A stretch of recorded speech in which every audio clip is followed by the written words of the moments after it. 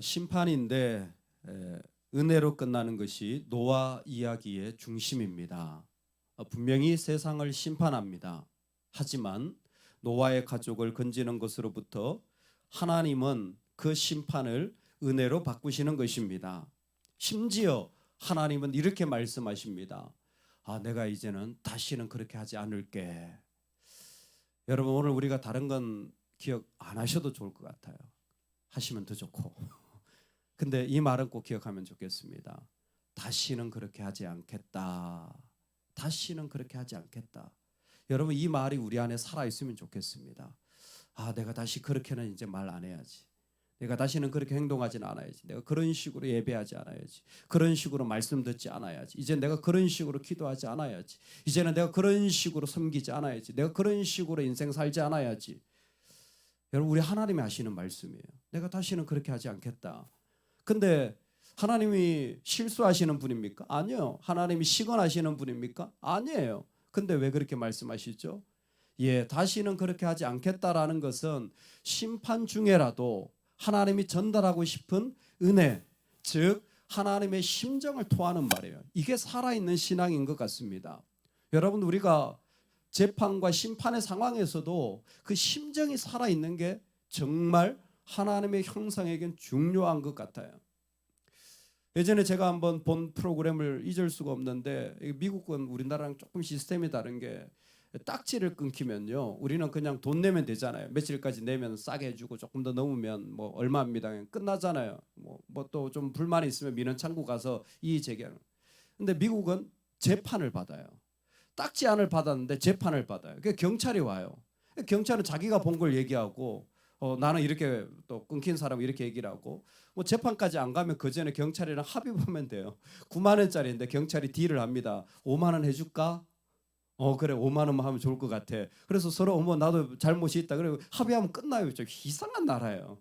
근데 경찰의 말을 들었는데도 용납이 안 돼. 그럼 재판을 받아요. 5만 원짜리도 9만 원짜리 재판 다 받을 수 있습니다. 재판관이 이제 묻죠. 프로그램이에요. 그런 누구나 받는 재판을 받는 프로그램인데, 판사가 항상 그런 뭐 범칙금이라든지 무슨 뭐 밀린 행정비용 이런 거 있잖아요. 이런 걸 이렇게 재판하는 분인데, 어느 날은 여자분이 오셨어요. 여자분이 왔는데 벌금이 보니까 한 30만 원 돼요. 250불 정도. 꽤 많이 있는 거죠. 벌금이 30만 원인데 왜 왔냐 그랬더니 자기가 주차를 했는데 2번이나 그게 뭐 부가금이 되고 어쩌고 저쩌고 막 얘기를 하는 거예요. 그래서 너는 어떻게 생각하냐니까, 나 억울하대. 난 볼일 보러 잠깐 갔는데 그 사이에 주차를 끊었대. 그러면 말하지 않습니다. 영상을 틀어줘요. CCTV를 딱 틀어주고 이거 네 차 맞냐? 맞대. 여기 언제까지 있었대. 보지 않느냐? 티켓이 있지 않느냐? 끝났잖아요. 근데 그 재판은 안 끝났어요. 근데 너 왜 이렇게 여기다 차를 세워놨니? 묻는 거예요. 근데 그 여자분이 흑인이신데 울면서 하는 거예요. 그게 무슨 행정사무소인데 자기 일 보러 갔는데 너무 사람들 줄을 많이 서가지고 기다리다가 그렇게 됐다. 일을 왜 보러 갔냐? 남편이 자기를 버리고 가버려서 이혼을 하는데, 결국 자기는 원하지 않았지만 이혼장을 접수하러 갔다는 거예요. 그러면 너 생활 어떻게 하냐? 그랬더니 생활비를 벌 수가 없어가지고 안 그래도 마트에서 알바하는데 늦어가지고 그 차를 잠깐 샀는데 거기서 티켓이 첫 번째가 끊긴 거예요. 거기서 끊긴 게 쌓였죠. 또 서류 접수하러 갔다가 또 쌓였죠. 그러니까 그게 쌓인 게 쌓여가지고 이게 부가금이 붙어가지고, 넌 지금 돈이 얼마 있냐? 그러니까 자기 전 재산이 한 15만 원 정도 있대요. 남편이 싹 가져가고, 완전 논팽이죠. 싹 가져가고 아무것도 없고 아들 하나 있는데 자기 120불 낼 수 있으니까 한 달에 10불씩 만 원씩 내게 해달라는 거예요. 그래서 재판이 그걸 해줍니다. 만 원씩. 근데 그 재판관이 그래요. 한 달에 10불씩 재판을 하고 대신에 250불을 내가 주겠다. 그럼 그 자리에서 재판관이 자기 돈으로 250불을 내줘요. 힘내서 살라고. 참 그분의 재판은 늘 그래요. 분명히 잘못한 거예요. 재판을 해야죠. 재판관의 일이니까. 당신이 이거 잘못했습니다. 근데 뭐예요? 사람 사는 건 안 그런 거예요. 그래서 끝나는 게 아닌 거예요. 그 사람의 사정과 심정이 어떤지를 나누는 게 참 중요한 것 같습니다. 오늘 우리에게 필요한 게 뭔 줄 아세요? 좀 이 하나님의 심정을 좀 알고 살면 좋겠어요. 하나님의 심정을 가지고 사는 게 참 중요한 것 같아요. 예, 잘못했죠. 뭔가 부족하죠. 그런데 하나님의 심정은 뭔 줄 아세요? 하나님의 진정한 심정은 잘못한 걸 보면서도 은혜로 덮어주고 싶은 것이 하나님의 심정이에요. 제가 이 말씀을 보면서 깜짝 놀랐어요. 하나님의 심정이 분명히 은혜예요. 이건 8장을 봐도 은혜고 7장을 봐도 은혜예요. 방주를 봐도 은혜고 8장에 보면요, 그들이 잘못했는데도 내가 다시는 심판하지 않으리라. 그들의 잘못을 보고도 하나님은 떠나보내지 않겠다라는 거예요. 우리는 사람이 바뀌었다, 변질했다 그러면 관계를 끊어버리잖아요. 하나님은 안 그러세요. 그들이 변질되어도 나는 안 그러겠다는 거예요. 은혜잖아요. 하나님의 은혜 심정이잖아요. 그 하나님의 은혜의 심정을 보고 9장에 딱 등장하는 게 뭐냐면 축복과 저주예요. 노아가 셈과 함과 야벳 중에 그 함은요, 그냥 막 그 수치를 떠벌리는 거예요. 그러니까 뭐예요? 저주하는 겁니다. 근데 셈과 야벳을 하나님이 축복해 주실 때에 하나님의 마음이 뭡니까? 가려주는, 그 아들들을 보며 축복하는 거예요. 하나님 왜 축복하실까요? 문득 이런 생각이 들었습니다. 하나님 왜 축복하실까요? 잘해서? 그 많은 짓을 해서? 그랬으면요, 심판이 칼날 같았어야죠. 잘못했으면 끝장냈어야죠. 하나님의 축복의 이유에는 이게 있는 것 같습니다. 하나님의 심정을 그들이 보여준 거예요. 하나님의 심정을 그대로 보여준 거예요. 하나님 축복하고 싶은 자리, 하나님이 그대로 그 가운데서 하고 싶었던 그 하나님의 심정을 우리가 살아갈 때에 그 자리를 하나님은 축복하는 거죠. 그게 축복의 근본적인 모습인 것처럼 보입니다. 여러분, 오늘 우리가 하나님의 축복의 자리에 있기를 소망합니다. 내 심정, 내 마음도 있겠지만 그것을 내려놓고 하나님의 심정, 하나님의 마음을 가지고 살아가는 겁니다. 그것이 첫 번째, 두 번째 이야기에 그대로 있는 것 같아요. 첫 번째, 하나님이 이제 방주에서 나온 이 사람들과의 관계를 설정해 가십니다. 하나님이 하시는 첫 번째 관계 설정이 뭡니까? 오늘 말씀해 보니까 생육하고 번성하여 땅에 충만하라. 이거 어디에 있는 겁니까? 창세기 1장에 처음 만들었을 때 그 단어 그대로 아닙니까? 생육하고 번성하여 땅에 충만하라. 그런데 이 이야기를 하기 전에 하나님 먼저 하시는 게 뭐냐면 복을 주시며 라고 말씀하시는 것입니다. 하나님이 복을 주시면서 그들에게 이 이야기를 그대로 전달하는 거예요.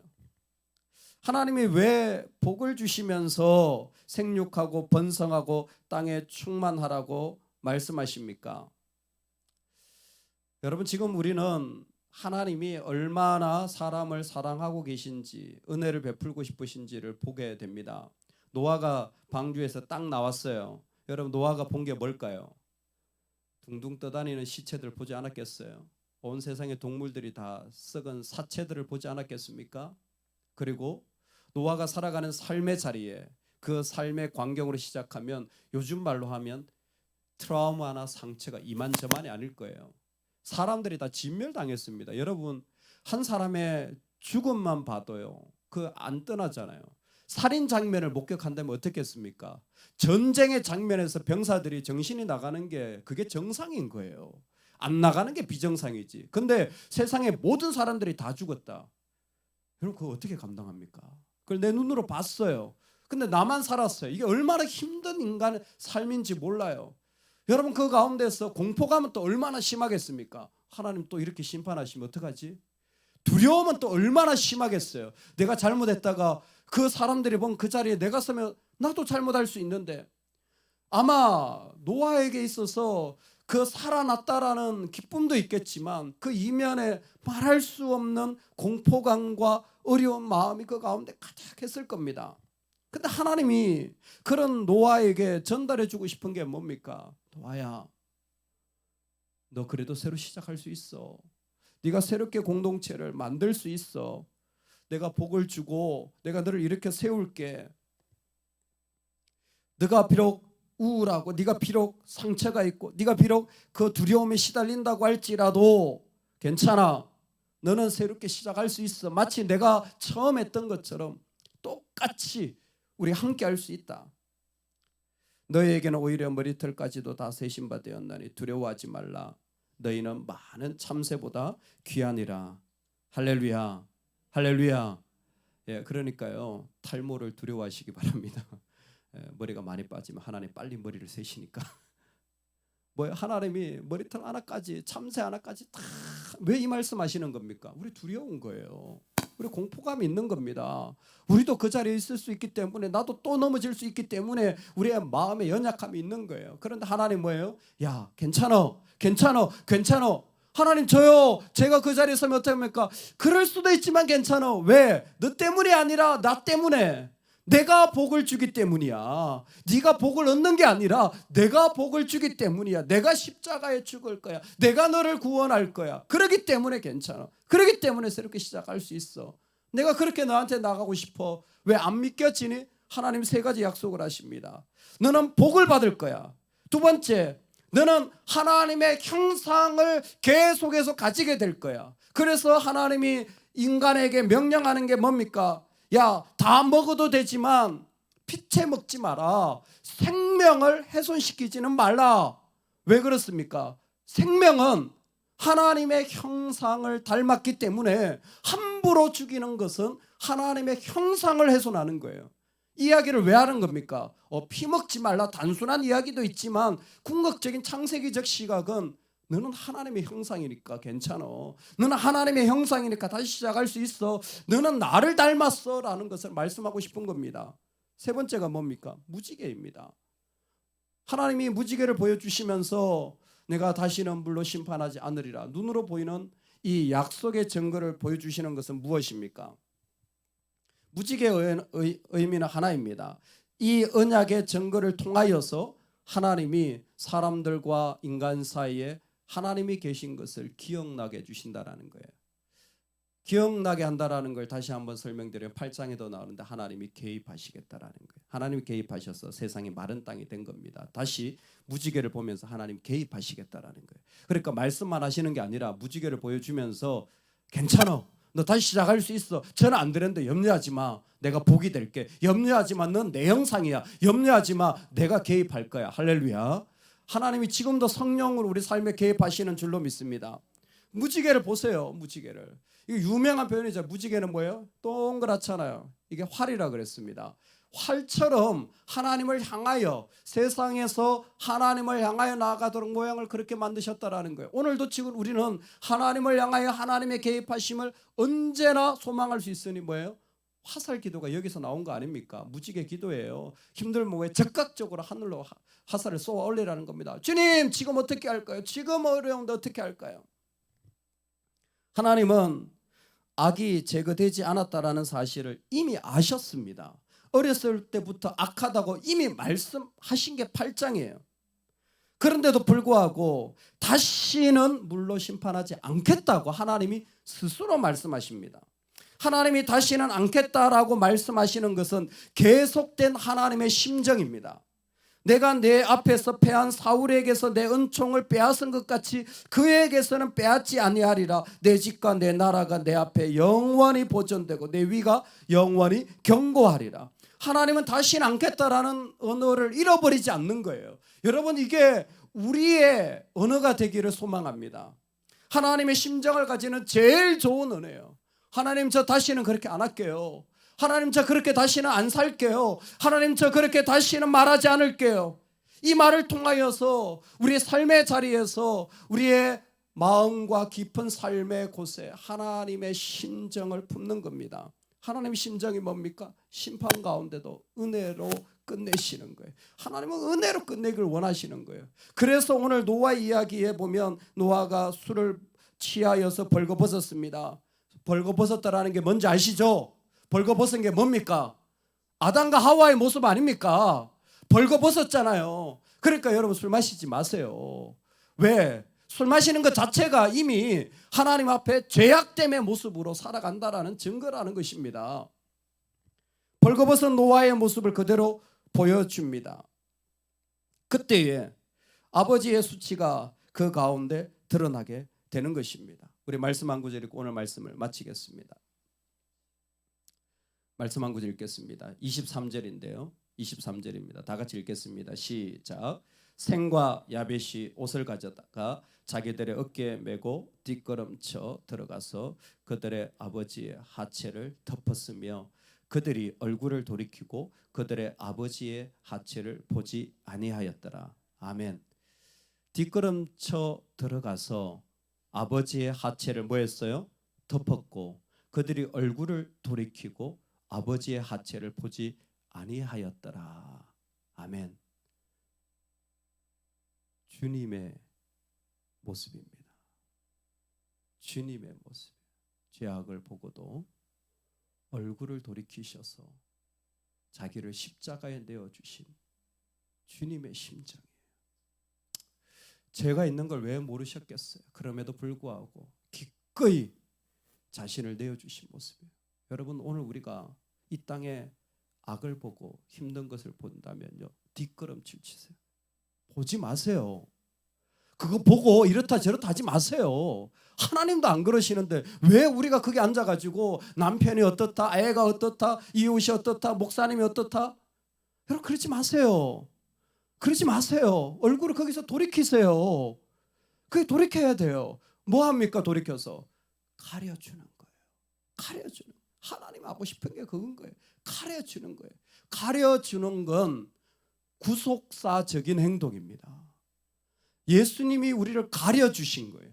이건 구원과 같은 행동이에요. 가려주는 게 그렇게 귀한 거예요.